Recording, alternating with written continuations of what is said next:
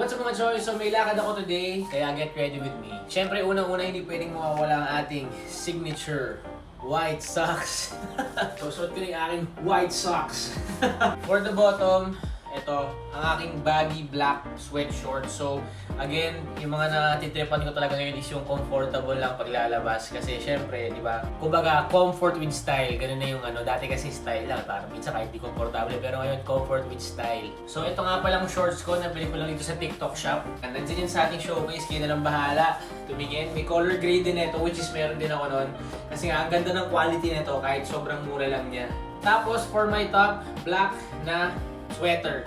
So ayan, may design lang siya na color white. Pero ayan, mag-all black ako ngayon. So ito yung top ko. Yun, so ayan. Diba? Simple lang. Sa footwear ko naman, itong paborito kong white clogs kasi kahit saan titerno ko siya. And for my accessories, itong hoop earring at saka itong may diamond earring ko. So ito yung left, ito yung right. Ating final touch, since magulo yung buhok ko, is itong aking cap. Black cap. Ayan. Hey! Yan, so ito yung buong fit ko. Simple lang, di ba? Let's go! Peace!